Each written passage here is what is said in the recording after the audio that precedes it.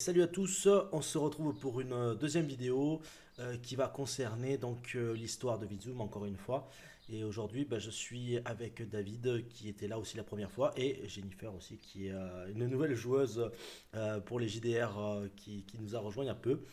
Et nous allons parler essentiellement en fait des Alusiens puisque nous sommes surtout sur une campagne qui traite du code pirate.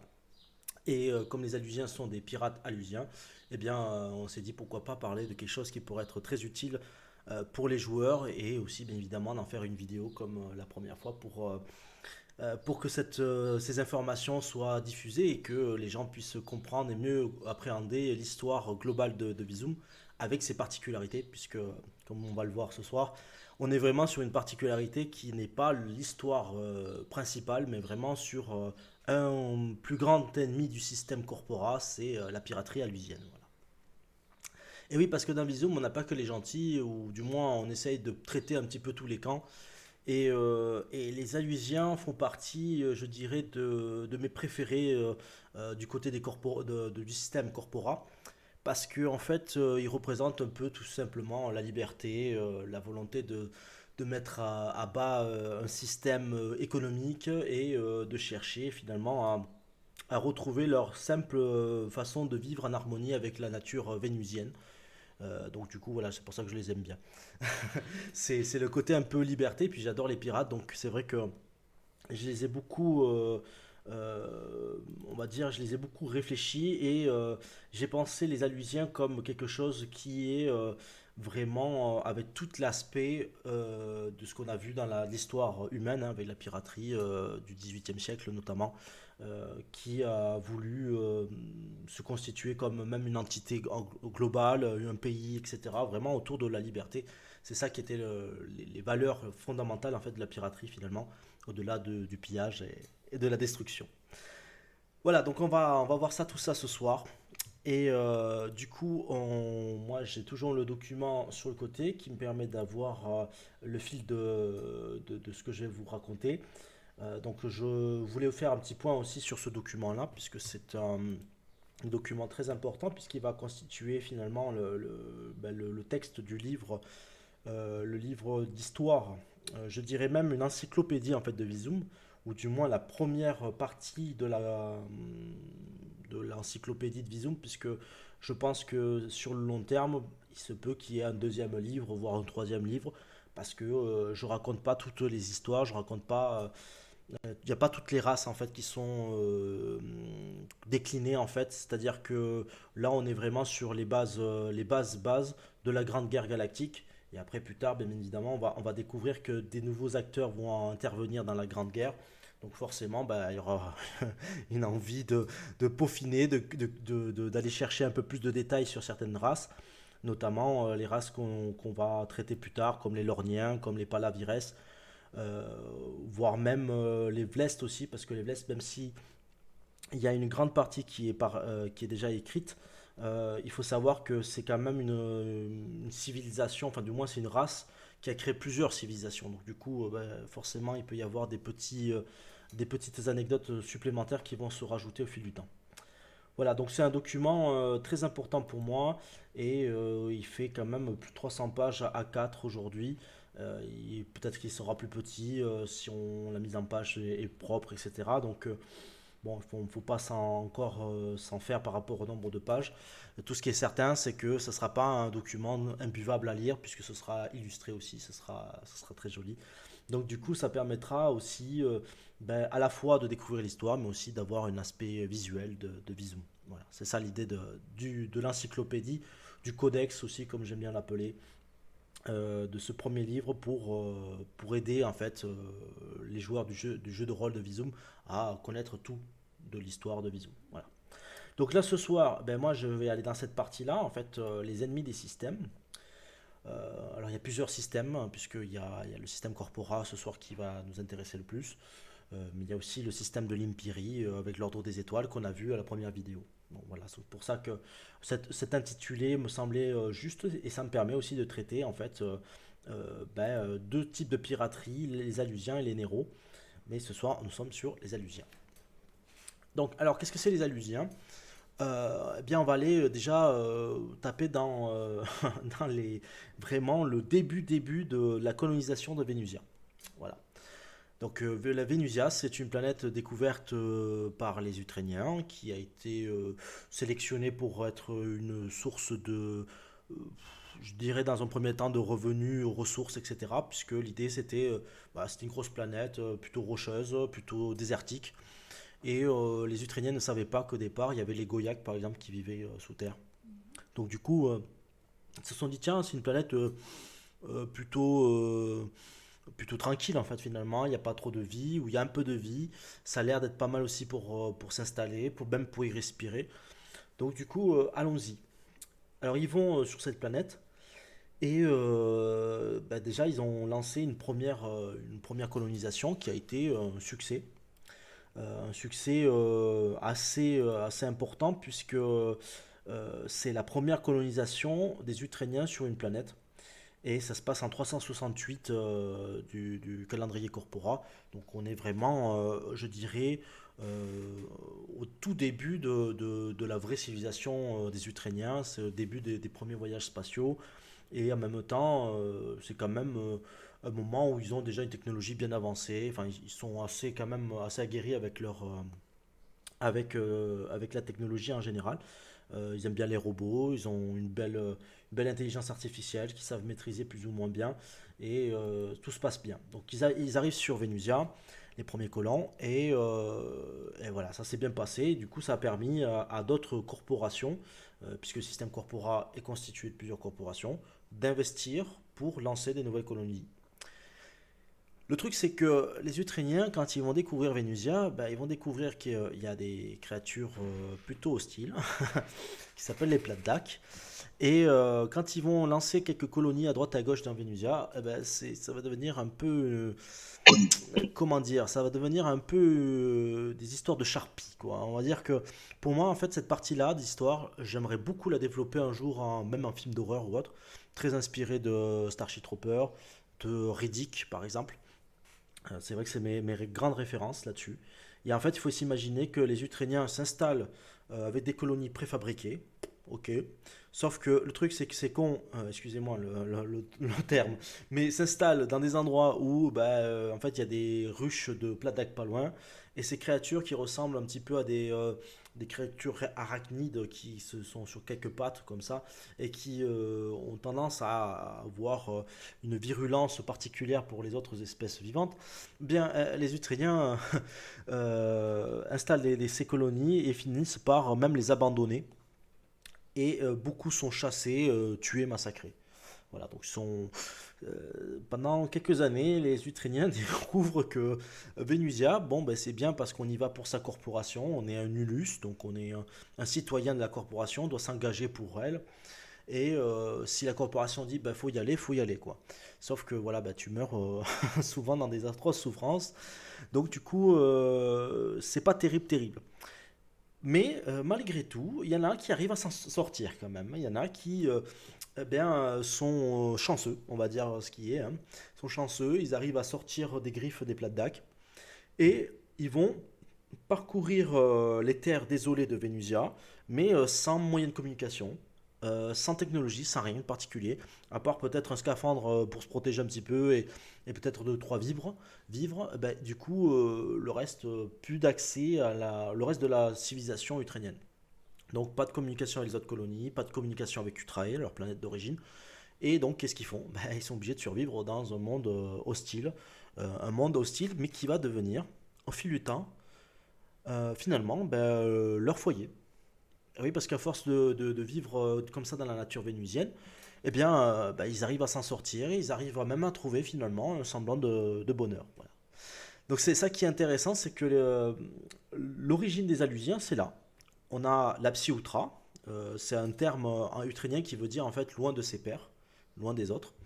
Eh bien, par ce moyen-là, d'être loin des autres, ça va leur permettre finalement un mal pour un bien, de trouver du bonheur ailleurs et de créer des premiers campements, de créer des petites villes qui vont devenir de plus en plus autonomes et qui vont regrouper d'autres rescapés en fait de de ces fameuses attaques des Plandacs. Donc les Alusiens vont vivre en paix tranquillement pendant des années, vont développer leur langue, donc la Liusia ça s'appelle. Ils vont développer aussi tout ce qui va être, un petit peu la façon de se battre, etc. Voilà, vont créer une civilisation en part entière, quoi, hein. Il va y avoir à un point qu'ils vont presque oublier en fait l'ukrainien et donc ils vont développer leur propre langue, etc. Parce que ils vont intégrer au fur et à mesure des Goyaks aussi.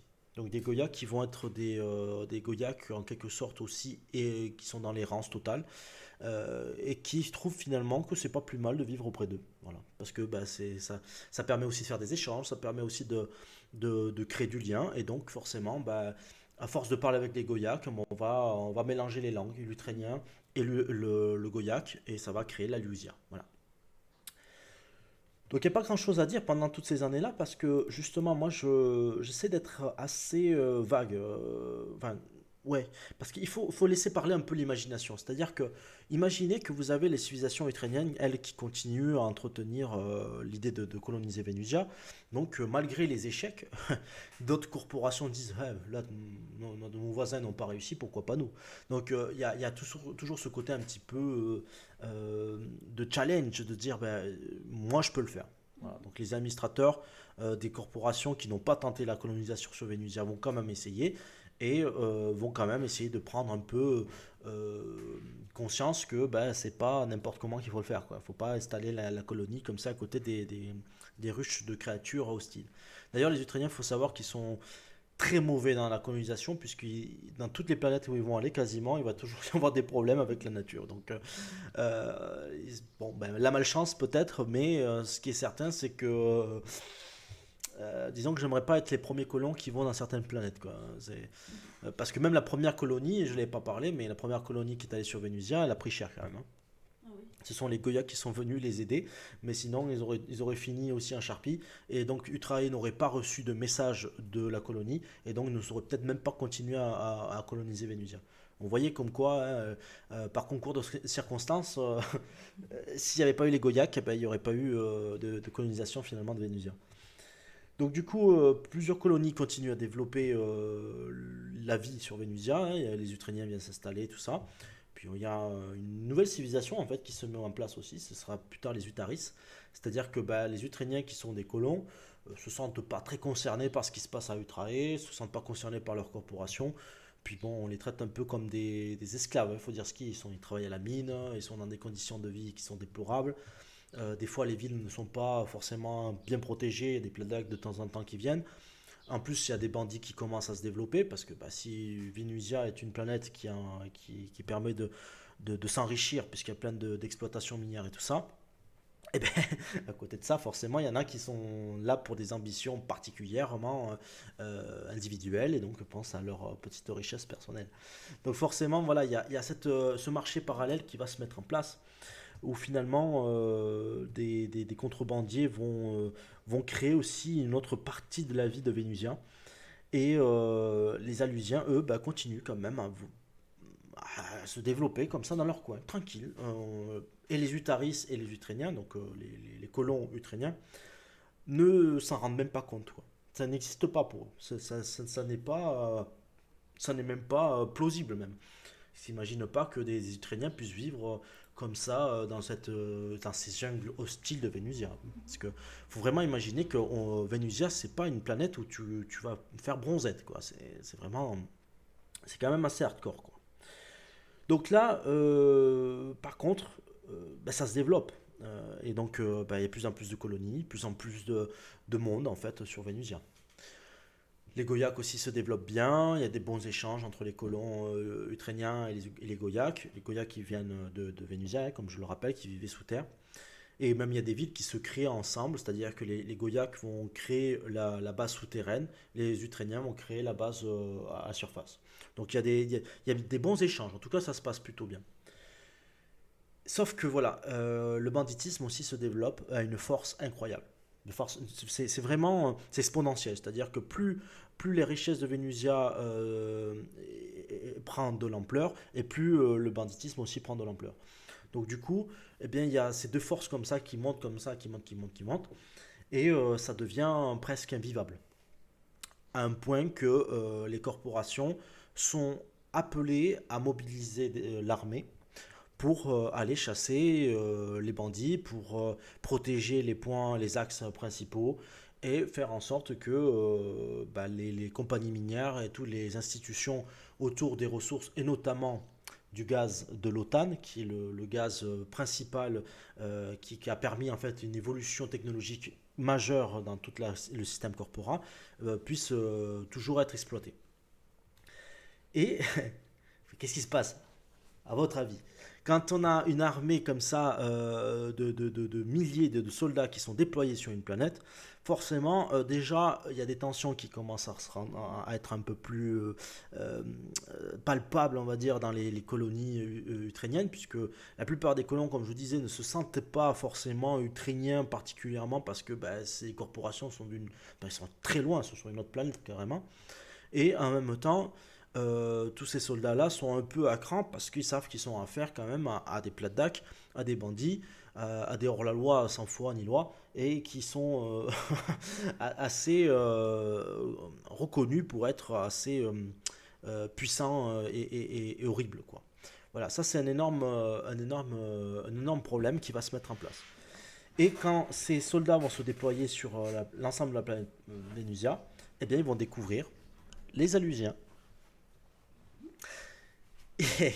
Et oui, nous avons donc de l'autre côté de cette partie de la galaxie, les Ukrainiens qui, donc les dirigeants, notamment l'administratrice de la haute administration qui s'appelle Onala Nina Yunga, qui, Onala, hein, c'est ça, je vais vérifier parce que les noms, comme disait tout à l'heure, ouais, c'est ça, Onala Nina Yunga, comme disait David des fois, voilà, mais Onala Nina Yunga et ses conseillers vont se dire bon, non, il n'est pas question d'avoir une autre entité supplémentaire, une autre civilisation, un autre système. On va pas coopérer avec eux. D'autant plus qu'en fait, ils vont pas faire ils vont pas faire comment dire, de discernement quoi. Un hors la loi, un allusien, c'est pareil. Allez hop, on met tout dans le même paquet. Et donc, du coup, ils vont chasser complètement tout ce qui va être hors du système corporel. Et le pire, c'est que les Goya qui sont restés assez discrets jusqu'à présent, ne cherchent, même à la limite, ça les arrangeait que des bandits soient là, puisque ça leur permettait d'être s'enrichir, parce que la plupart des compagnies marchandes, en fait, passaient beaucoup par les Goya, qui sont devenus des fous du système corpora aussi, puisqu'ils ont intégré complètement le système corpora. Euh, ils sont enrichis vachement là, avec tout ça, la protection, etc., etc. Ils connaissent bien leur planète quand même, donc les plates comment les gérer et tout. Donc on passait vachement par eux. Sauf que là ils se sont dit, bon attends, les Ukrainiens arrivent avec leurs soldats, etc. Euh, on n'aime pas trop ça, quoi. Donc du coup, bien que je ne l'explique pas vraiment dans le livre, là c'est vraiment des choses que je vous explique en plus. Donc c'est vraiment des informations supplémentaires que je vous donne en plus du livre.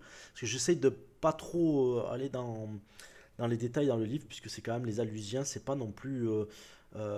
C'est quelque chose que j'aimerais bien qu'on exploite sur d'autres projets peut-être plus tard, ou du moins qu'on comprenne encore plus la profondeur des Alusiens à travers la suite de la Grande Guerre Galactique, parce que je ne vais pas spoiler, mais ils auront quand même un rôle important plus tard. Mais en tout cas, je vous donne ces informations. Je n'explique pas que les Goya qui ont des intérêts, etc.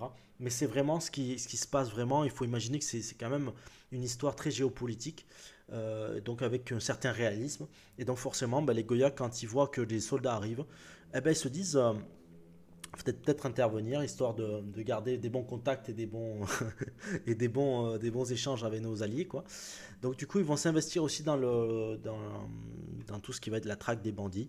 Et eux, par contre, ne vont pas s'embêter. Ils vont pas faire de prisonniers.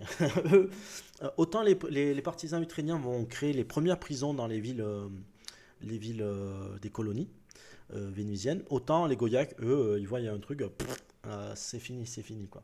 En fait, ils estiment les Goyaks que tout ce qui vient dehors de leur ville, de toute façon, n'a pas lieu d'exister en quelque sorte. Parce qu'il faut savoir quand même que les Goyaks ont l'habitude aussi de traiter les hors-la-loi de leur propre race, qui eux sont... tu as fini, mon fiston, de faire le... Oui, tu fais les gestes, voilà. Donc du coup, sans transition, je disais donc du coup que les Goyaks ont l'habitude de traquer en fait finalement tout ce qui est hors la loi, etc. Donc là, ils vont traquer les Alusiens, et les Alusiens qui eux ne demandaient absolument rien, ils étaient là tranquilles, ils vivaient tranquillement, mais à loin de tout, même les Ukrainiens, jamais ils auraient imaginé créer même pas la base d'une petite ville, rien du tout, même pas une base avancée, même pas une caserne, rien que dalle. Eh bien, ils viennent les embêter comme ça, et les Alusiens donc perdent complètement leur autonomie, leur indépendance, leur liberté et leur existence en quelque sorte. Ils sont traités comme des prisonniers, comme des hors-la-loi, comme des bandits, et du coup, ben, forcément, ben, ceux qui vont résister, ceux qui vont s'en sortir malgré les traques, malgré les attaques, bon, vont quand même nourrir une haine particulière contre le système corpora, du coup. Voilà, donc c'est là où justement tout va changer en quelque sorte pour le Vénusia, parce que finalement, ils voulaient traiter un problème, ils en ont créé un autre. Parce que quand les Alusiens euh, vont en quelque sorte absorber constamment ces attaques, etc., à un moment donné, il y en aura un qui va dire stop. Et surtout, il va organiser une résistance. Ça va prendre du temps, parce que là, on est dans les années 1200 du système Corpora, donc du calendrier Corpora. Et ce n'est qu'en 1240 qu'arrive le premier pirate alusien de l'histoire. Et lui s'appelle Cadux Philanora. Cadux Philanora, en fait, c'est un personnage très important qui, d'ailleurs, dans le code pirate, vous en avez entendu parler, enfin, pas toi, Jennifer, parce que tu es arrivé à en cours de route, mais par exemple, toi, David, tu as entendu parler de Cadux Philanora, puisque c'est lui qui a créé le code pirate. Voilà. Et il faut D'accord. savoir que le créateur du code pirate a peut-être, alors ça je peux pas trop vous en dire parce que c'est censé être un peu le temps fort du parti JDR, mais en tout cas le capitaine de votre vaisseau, celui qui a disparu au début du scénario, de la campagne, eh bien il a un lien assez étroit avec ce Cadux Philanora. Voilà. Donc ça c'est, mais je vous en dis pas plus parce qu'il faut le découvrir. Donc ce qui est Mais certain, c'était il y a longtemps? comment? C'était il y a longtemps, Oui, ce premier pirate? oui, il y a très longtemps, ouais, parce que là, on est en 1240 quand même, hein. On est, en- D'accord. on est en 1240, et pour donner un ordre d'idée, si je vais voir le code pirate sur le drive, donc code pirate, campagne, voilà, et bien là, sur le scénario, si je me rappelle bien, on est en l'an 179 du calendrier Visum, donc on n'est même pas sur le calendrier de Corpora, puisque là on est vraiment après le centre Visum. Et quand on est après le centre Visum, en 179, on est en 1504 du calendrier Corpora. Voilà. Donc on a quand même plus de 300 ans qui s'est écoulé entre 1200, les premiers débuts des Alusiens, les problèmes, etc. Et l'histoire de la campagne du Code Pirate. Mais comme les histoires prennent du temps à se mettre en place dans Visum, eh bien 300 ans, c'est pas grand-chose finalement. Voilà, c'est pas énorme non plus, hein, 300 ans. Sur l'échelle, même sur l'échelle humaine, finalement, 300 ans, oui, ça fait quand même pas mal de trucs, hein, il y a pas mal de trucs qui peuvent se passer, hein. Mais quand on arrive à un certain stade de la colonisation d'une planète, etc., 300 ans, ça paraît pas énorme, parce que le temps que les choses se mettent en place, le temps qu'on occupe l'espace et tout, voilà, ça. Et puis surtout, s'il y a des créatures hostiles, s'il y a beaucoup d'obstacles en fait. Quand il y a des obstacles, forcément, bah, ça réduit considérablement l'évolution. Ou du moins, ça la ralentit. Voilà, donc du coup, on a le Cadux Philanora qui arrive. Et lui, eh ben, il va décider de rassembler ben, des individus qui en ont marre en fait du système corpora. Ça peut être autant des hors-la-loi que des Alusiens, parce que de toute façon, en 40 ans, en fait, la plupart des Alusiens ne sont plus des Alusiens. C'est fini en fait. Les Alusiens, ça n'existe plus. C'est la civilisation alusienne, ils l'ont détruite complètement, le système corpora. Donc du coup, comme ils ont été détruits, ces Alusiens, eh bien, il y a un vide qui va se créer pendant des années, quoi. De ce fait, ceux qui vont rester, qui vont quand même perpétuer un petit peu ça va être caché, ça va être, ou alors c'est ceux qui vont devenir des hors-la-loi en fait, par obligation, puisque leur foyer va être détruit. Voilà, donc c'est vrai que Cadux, lui, il est issu en tout cas d'une famille, une famille des Alusiens, et il a vu aussi mourir carrément, il a vu carrément mourir tout son campement, etc. Donc dès le plus jeune âge, il avait déjà cette haine qu'il a vraiment portée pendant des années, hein. Et par la suite, en fait, il va se servir, en fait, parce qu'il n'y a pas de piraterie avant, hein. Le mot pirate même n'existe pas. Et c'est Nina Yunga qui va revenir encore une fois, la fameuse haute administratrice de la haute administration ukrainienne, qui va en quelque sorte ridiculiser les idées des Alusiens. Parce qu'il va y avoir encore un petit mouvement d'Alusiens qui cherchent la liberté, qui cherchent un petit peu à aller à l'encontre du système corporate. Et elle va les casser en disant, on va les appeler les Nipatas. Et les Nipatas, ça veut dire pirate en ukrainien. Ce qui fait que du coup, Cadux, lui, il va de façon très intelligente, il va réutiliser le mot Nipatas, pirate, et il va créer une institution morale, en fait, en quelque sorte, autour de cette idée que, oui, nous sommes des pirates, nous sommes hors de vous, en fait. Voilà. Et il arbore fièrement cette appellation, et c'est de là qu'il va commencer vraiment à rassembler du monde. Et un jour, il va rassembler des grands chefs hors la loi, des grands chefs qui sont contre le système corporate. Et c'est là où il aurait créé le fameux code pirate. Le truc, c'est que si on veut aller chercher loin en fait dans l'histoire du code pirate, on peut presque imaginer qu'en fait finalement c'est presque une légende en quelque sorte. Je le dis pas dans le livre, mais je vous donne cette petite information supplémentaire où en fait on dit que c'est Cadux Philanora qui l'a écrit, mais tout le long du livre même j'utilise même du conditionnel. Je dis il aurait créé à ce moment-là dans une cachette qu'on ne sait pas vraiment. En tout cas, les historiens ne savent pas du tout. Euh, où c'était vraiment, où ils se sont réunis, tout ça. Voilà. On essaie de rester vague parce que, pour la petite anecdote que je vous donne supplémentaire de réflexion, on ne sait pas vraiment. En fait, hein. D'ailleurs, tout le livre le codex, c'est pas précisé je ne l'ai pas précisé tout à l'heure, mais c'est un personnage qui écrit le livre. Donc en fait, c'est un personnage qui, à travers moi, écrit le livre. En fait. Voilà. Donc en fait, c'est comme si le livre est constitué comme un livre d'histoire d'école. Donc c'est comme un manuel scolaire où en fait il raconte ce qui s'est passé. Donc du coup forcément il raconte avec les éléments qu'il a, hein. C'est pas une histoire omnisciente comme on pourrait le voir dans certains univers. Donc il y a des choses qu'on ne sait pas, il y a des choses qu'on va découvrir, qui sont cachées, il y a des choses qu'on va dire ah en fait c'était comme ça, ah non c'était non c'est pas comme ça en fait. Voilà. Donc il y aura plein de surprises. Le truc c'est que Visum doit être c'est constitué comme un vaste univers où rien n'est défini et rien n'est foncièrement vrai finalement. Voilà. D'ailleurs, même un personnage le dit, il faut toujours se méfier de l'histoire qui est racontée par nos ancêtres, parce que autant les paroles peuvent s'envoler, les écrits restent, certes, mais les écrits peuvent être aussi complètement modifiés selon la vie de chacun. Voilà. Donc du coup, c'est là où c'est intéressant, c'est que tout Visum est constitué comme des mystères. Voilà. Donc la personne qui me dira, ah, je connais bien Visum, non, personne connaît bien Visum. Personne connaît l'histoire de Visum complètement parce que chaque race aura ses mystères, chaque race aura ses particularités. Chaque époque, eh bien, elle est racontée par certains historiens et autres. Et on n'est pas certain que certaines choses ont été faites comme ça. Voilà, c'est ça qui est important. Cadux Philanora, finalement, j'ai presque envie de vous poser la question, est-il finalement une légende qui aurait servi à tous les pirates alusiens pour devenir finalement une sorte de guide spirituel et physique à un certain moment pour mener le combat. Voilà.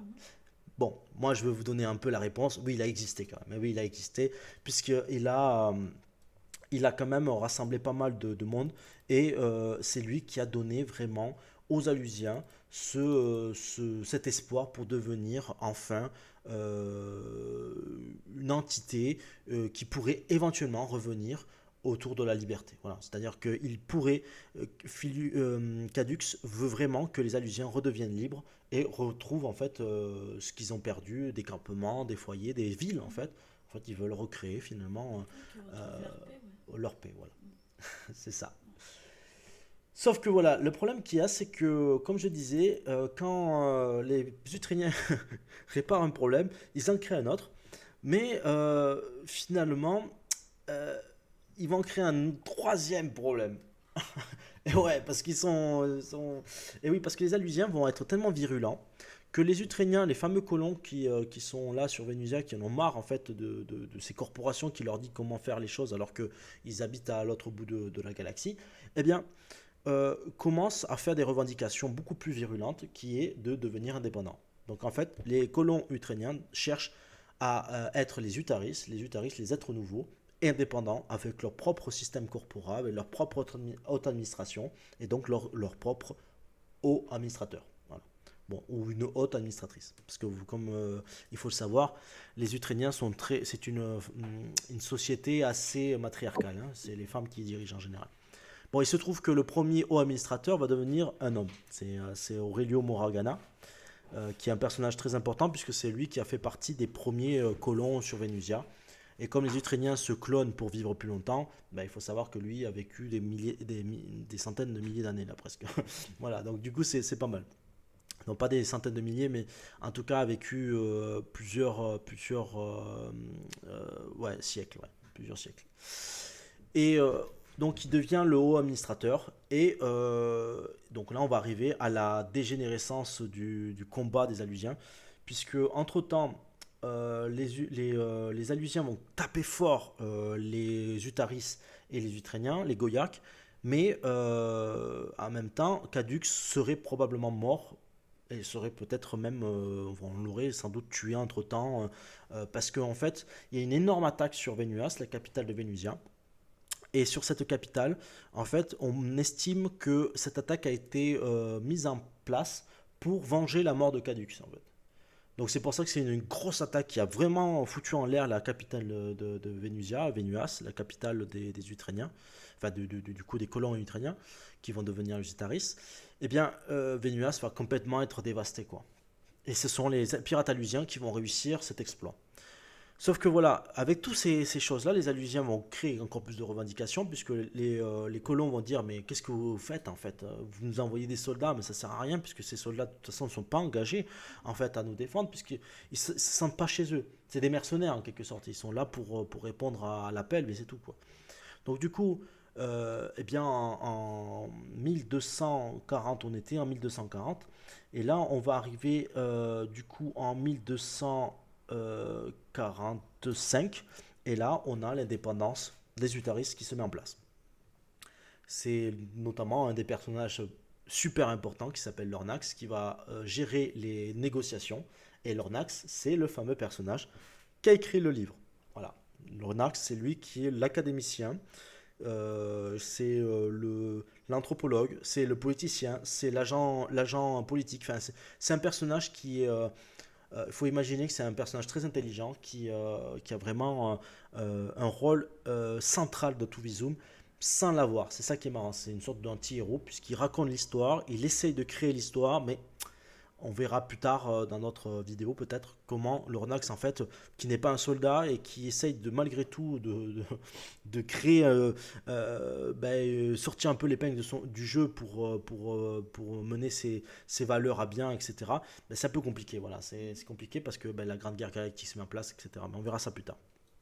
En tout cas, ce qui est certain, c'est que Lornax, lui, arrive à créer une indépendance bénéfique pour les Ukrainiens et les Utaris, puisque les Utaris vont mettre en place leur système corpora et ils vont créer, quelques temps après, donc en 1268, ils vont créer l'Union des corporations planétaires. Mais pourquoi ça prend du temps? Parce qu'entre 1245 et 1268, les Utaris se concentrent sur la guerre contre les Alusiens. Et ça prend du temps. Parce que les Alusiens, avec le fameux code pirate et ce qu'a lancé Cadux, eh ben, c'est pas une mince affaire. Par contre, quand les Utaris deviennent indépendants, tout le budget qui partait sur Etrae est pour eux. Donc, ils mettent en place une armée, ils mettent en place une vraie technologie militaire pour contrer les pirates sur Vénusia. Donc, ils commencent à avoir les moyens. Les Goyaks aussi vont beaucoup les aider, puisque du coup les Utaris sont très proches des Goyaks, et comme les Goyaks n'aimaient plus trop les Ukrainiens qui viennent du Trail, eh ben, du coup, ils sont encore plus engagés. Il y a une vraie cohésion, une vraie volonté. Même il y a un personnage qui dit de moment que on peut parler d'une civilisation vénusienne entre les Goyaks et les Utaris, puisqu'ils sont tous ensemble, ils ont envie de vraiment faire en sorte que cette planète soit un havre de paix, quoi. Donc là, pendant des années, les pirates vont continuer à se battre, à se battre, à se battre. Mais malheureusement, pour eux, en 1268, ben, on disait même que la piraterie alusienne avait été anéantie, quoi. Donc on a vraiment eu une fin à la piraterie alusienne. C'est terminé, elle a été complètement détruite par les Utaris et les Goyaks. Sauf que voilà, comme je l'ai dit, Visum a plein de mystères. Et les pirates alusiens se sont retirés du combat parce qu'ils ont bien compris que le système corpora sur Venusia est devenu tellement solide que c'est compliqué. Même il y a des systèmes de balisage, par exemple, il faut imaginer qu'en fait on peut même plus aller librement sur Venusia sans être repéré. Que même si on a des systèmes pour se cacher, se camoufler, ben, ça devient compliqué. Et finalement, en fait, beaucoup de pirates préfèrent se dire, bah, en fait, on n'a rien à y gagner en fait dans ce combat, puisqu'ils vont perdre petit à petit en fait l'appétit de la liberté.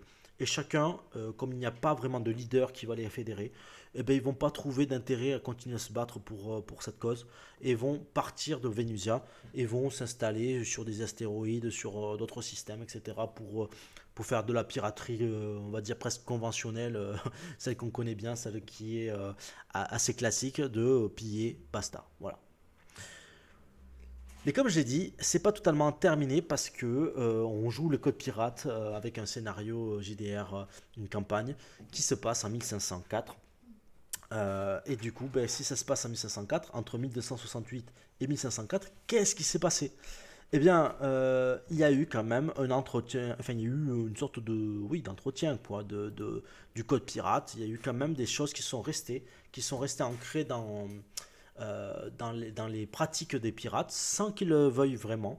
La langue alusia a continué à se parler parce que finalement c'était pratique, ça permettait d'éviter de parler goyak, ukrainien, utaris, enfin tout mélanger. Et ben, du coup on disait, ben, on est dans le vaisseau, on parle tous la même langue, l'alusia. Voilà. Une langue assez facile à faire, à apprendre, facile à reproduire pour toutes les races. Donc du coup c'était un bon moyen d'échange, quoi. Voilà. Et du coup, bon, ben, il s'avère qu'il y a nouveaux personnages qui arrivent, des nouvelles ambitions qui arrivent. Et comme le système corpora n'est pas toujours un système qui fait rêver, ben forcément, des aspirations alusiennes qui sont un peu anciennes vont revenir un peu sur le devant de la scène finalement. Donc c'est pour ça qu'en 1504, on a notamment Xena Lirok, qui est un capitaine assez emblématique aussi, qui va jouer un rôle très important dans l'histoire globale de Visum. Eh bien, va arriver et va apporter un vent frais en fait à cette piraterie alusienne. Et vous, quand vous avez commencé la campagne JDR, ben, c'était votre capitaine Xenalirok Nokanora. Voilà, sauf que le truc c'est que actuellement, je peux pas vous en dire plus puisque vous êtes en train de le chercher. Vous savez pas où il a disparu. Et du coup, je peux pas vous en dire plus pour ça maintenant. Mais ce qui est certain, c'est que la piraterie alusienne, maintenant vous avez eu un petit peu d'où ça vient, comment ça a entretenu, etc. Et que, en tout cas, ça aura un grand impact sur la Grande Guerre Galactique, comme je le disais. Et donc, forcément, ça va évoluer au-delà de 1504. Il va y avoir encore des choses qui vont se passer. Et il va y avoir des personnages qui vont être très importants, qui vont retrouver finalement dans les idées alusiennes une volonté de mieux combattre le système corpora pour créer une société peut-être plus libre et plus juste aussi. Voilà. Donc voilà, c'est les pirates alusiens. D'accord. Est-ce que vous avez des questions? Euh...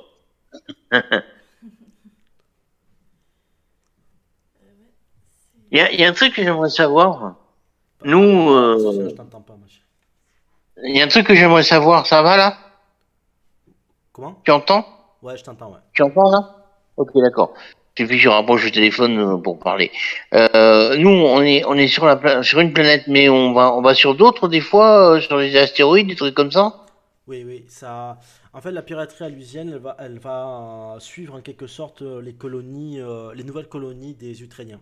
Donc, en quelque sorte, tout le système corpora est interconnecté grâce aux pirates, en quelque sorte. Et les pirates alusiens vont s'alimenter des axes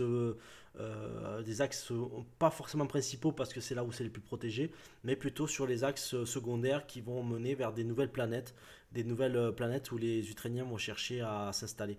Parce que les Vénusiens vont pas forcément chercher à coloniser de nouvelles planètes ou aller chercher des endroits pour exploiter des ressources, puisque leur planète est déjà assez riche, donc ils s'en fichent un peu. Par contre, les Ukrainiens, comme c'est une planète complètement meurtrie par les méfaits de leur activité sociale, etc., eh bien, ils sont obligés d'aller chercher ailleurs pour s'alimenter, pour trouver toutes les ressources nécessaires pour continuer à prospérer. Donc du coup, oui, les pirates alusiens sont un peu partout. Et je vais essayer de voir sur la map si on peut le voir un petit peu, notamment la map de la galaxie. On voit que voilà, planète et galaxie, c'est ça. Donc on voit notamment les zones en fait qui vont dans la légende. Voilà, je vais le mettre dans le navigateur, comme ça tout le monde peut le voir. Donc là on peut le voir. Ah oui, toi tu peux pas le voir, David. Du coup, comment faire? Ben là, Non. ça. Et ouais. Donc là, ici, il y a plusieurs. Attends, hop, je vais le mettre comme ça. Ah ouais, mais du coup, non, c'est pas une bonne idée. Je sais ce qu'on va faire. On va faire un partage d'écran, ça sera plus simple. Donc du coup, partage de ton écran et c'est celui-là. Voilà, go to live. Donc là, ouais, c'était la chose à faire, c'était mieux quand même, hein. Et allumer la caméra, je la remets. Si ça fonctionne, ça serait bien. Hop, elle a plus envie. Pour l'instant, ça rame, hein. Ouais, elle a pas envie. Ah, il y a quelque chose. Ah, il y a quelque chose, hein? Moi, Ouais, c'est pas très visible, hein. d'accord. Ben, moi, je vois rien, mais bon, c'est pas grave. On va rester sur le truc, donc du coup, de la map. Donc, sur la map, en fait, toutes les zones jaunes représentent les activités pirates. Et dans un premier temps, en fait, à l'année zéro du calendrier Visum, donc ça représente plus ou moins dans l'histoire, on est donc à l'an zéro, ça serait 1416 du calendrier Corpora. Eh bien, à la 1416, les pirates alusiens vont chercher un peu plus ailleurs. Bon, bien sûr, sont très présents autour de Lumia, le système planétaire de Lumia autour de avec Vénusia. Mais on a Centauraire, qui est aussi bah, le système planétaire des Ukrainiens. Les pirates alusiens vont aller un petit peu embêter les Ukrainiens. Et les Alusiens vont embêter les Ukrainiens. Et puis après, ils vont aller sur Onaria, autour d'Onaria et autour de Ganer. Enfin, Ganer, c'est un système planétaire où il y a Genasia et Genama, qui sont deux planètes qui seront pas forcément importantes dans l'histoire, mais qui permettent de créer quelques compagnies minières supplémentaires pour trouver les ressources nécessaires pour construire les vaisseaux et tout ça. Donc là, on a voilà, tous ces axes-là il faut imaginer que les pirates sont vraiment sur tous ces axes-là et se régalent bien, quoi. Voilà. Après, là, s'il y a du jaune aussi du côté violet, c'est parce que ce sont les Néros, mais ça, on verra plus tard. Donc on n'est pas, comme on l'a pas précisé, mais en tout cas, les pirates alusiens ne vont pas du tout embêter l'ordre des étoiles puisqu'ils ne connaissent pas de toute façon à ce moment-là de l'histoire et ne vont pas chercher forcément à aller jusque là-bas parce que c'est trop loin et c'est dangereux. Ils connaissent pas, Bon, c'est pas la peine. Voilà, c'est ça l'idée. Euh, ils sont... oh, pardon. Non, non, non, vas-y, tu avais quelque chose à dire. non, non, après Ils sont voilà. nombreux, les pirates. Ils sont nombreux, les pirates. Ouais, ils sont vraiment nombreux les pirates parce que il y a quand même beaucoup d'Ukrainiens en fait qui sont anti-système corpora, surtout à un certain moment.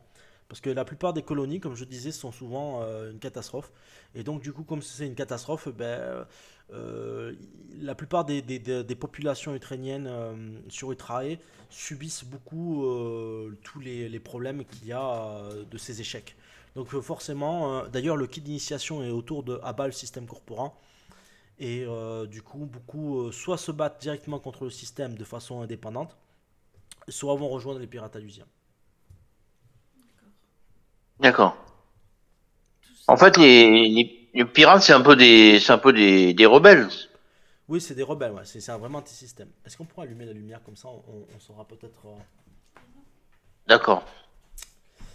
on sera peut-être un peu mieux. Voilà. C'est nettement mieux. Et là, je sais pas pourquoi cette webcam bug depuis tout à l'heure. J'ai plus que l'écran. Ouais, Je vois plus du tout là. c'est pour ça que j'essaye de remettre la webcam. Hop et hop. Et voilà. Je pense qu'avec un peu de chance, elle va refonctionner ou pas.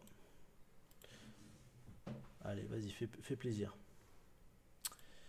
Et bien évidemment, quand tu demandes quelque chose à l'informatique, c'est pas toujours gagné. Ah, bon, ça y est, ça remarche. Donc du coup, on est bien. En fait, tout ce que je voulais te demander, c'est là, tout ça, là, c'est tout ce qui est développé, c'est ça. Et ça, non, pas encore. Alors, tout ce qui est en couleur, oui, c'est développé. Tout ce qui est en noir, c'est mort. Donc ça, l'Union des corporations planétaires ne le sait pas, ne connaît pas tout ça. Et tous les trucs en blanc sont des systèmes planétaires qui ne sont pas encore colonisés en l'an 0. D'accord. Voilà, ce sera plus tard. Mais quand même, les Ukrainiens connaissent plus ou moins les choses. Ils savent juste pas ce qui se passe là-bas, quoi. Ils savent que ça existe, parce qu'ils forcément ils font des observations spatiales, mais ils ne savent pas encore que ça peut être exploitable, ou alors tout simplement ils ont déjà d'autres projets en cours. Voilà. D'accord. Mais ça va aller vite, hein, parce que la Grande Guerre Galactique va les obliger à aller chercher des nouvelles éventualités, voire même à un moment donné, ils vont chercher à... parce que là on voit Kaor par exemple, la planète Kaor, il y a une race qui va venir plus tard dans l'histoire. Mais j'en dis pas plus parce que c'est pas... Déjà, il y a une grande étape déjà avant d'arriver là. Voilà. D'autres questions? D'accord. Ouais, mon personnage, il se situe où là? Plus dans les. Non, je sais. Attends, parce que déjà. Pas du tout, Jennifer, hein. Mais non, pas du tout. Ah, pardon, David. Ouais, en fait, je demandais mon personnage. Parce Ah que oui, moi, voilà, je là suis c'est mieux. toute nouvelle dans la partie. Donc, je sais plus déjà. Je l'ai créé, mais. Donc du coup les Goyak, pour voir un petit peu de nouveau la gueule que ça, donc c'est dans le concept art, hop, et nous avons ici, voilà, donc Mérine de Goya Otat et Ako son Ascol, donc ces créatures-là viennent de Vénusia, voilà, les Vénusia, alors le truc c'est que je peux pas te montrer tous les trucs en même temps. Donc là, c'est campagne. Non, du coup, c'est. Attends, parce que là, du coup, on va aller là de nouveau. Galaxy. Et ouais, parce qu'il y a il y a plein de choses aussi. Galaxy, il veut pas le trouver. Voilà, planète et galaxie. Voilà, donc là, on a la carte de nouveau. Donc, les Goyak vivent sur Vénusia dans le système Lumien. Voilà. Ok. Donc là j'ai bien mis toutes les races qu'il y a. Donc il y a les Goyak, les Utaris, les Alusiens. Et je considérerais, et vous verrez plus tard, que les Platdax sont peut-être même une entité beaucoup plus avancée que des simples créatures hostiles, quoi. C'est pas forcément que des animaux. Mais ça, comme la plupart des races ont un fort ego, ne veulent pas reconnaître que ce sont des créatures intelligentes. Et puis de toute façon, même si elles étaient intelligentes pour eux, elles se font défoncer par eux. Donc bon, c'est vrai que c'est compliqué de communiquer si tu veux avec ces insectes-là, quoi. Ce sont des créatures de type insecte comme si. D'accord. Ok. Voilà. Une autre question? Non. Bon, bah, du coup, ouais, on a fait le tour un petit peu des pirates alusiens. Et puis sur le code pirate, dans le scénario de la campagne JDR, on va vraiment découvrir au fur et à mesure un petit peu tous les aspects du monde des Alusiens Et j'espère en tout cas que vous arriverez à retrouver votre capitaine Zena Lirok, Oui, moi aussi. parce que c'est un personnage très important qui vous permettra euh, de retrouver votre force, puisque c'est quand même lui qui est votre capitaine, et c'est quand même lui aussi qui comprend et qui connaît beaucoup de choses sur le monde des pirates alusiens. Ça, vous savez pas trop pourquoi, mais vous finirez peut-être par le découvrir aussi. Voilà, donc c'était les pirates alusiens. Merci d'avoir regardé cette vidéo. Merci à toi David d'être là, toujours présent pour ces superbes rencontres. Merci à toi ma chérie d'être là aussi et d'avoir participé à cette première campagne JDR. Et bon, c'est pas la première partie de la campagne, mais en tout cas tu rentres dans la campagne et j'espère en tout cas que ce projet-là te fera rêver autant que moi. Ça me fait rêver de le créer. Parce que Ça m'intéresse. c'est vraiment une sacrée histoire. Voilà. Je vois ça. Il y a du suspense. C'est ça, il y a du suspense. Alors je vous souhaite à tous une je sais pas, de bonnes choses, parce que je peux pas vous dire bonne soirée ou autre parce que ça dépend à quelle heure vous regarderez la vidéo. Mais en tout cas, je vous souhaite de belles choses et puis on se retrouve très bientôt pour une prochaine vidéo. Voilà. Ciao à tous et à Au très revoir. bientôt. Au revoir.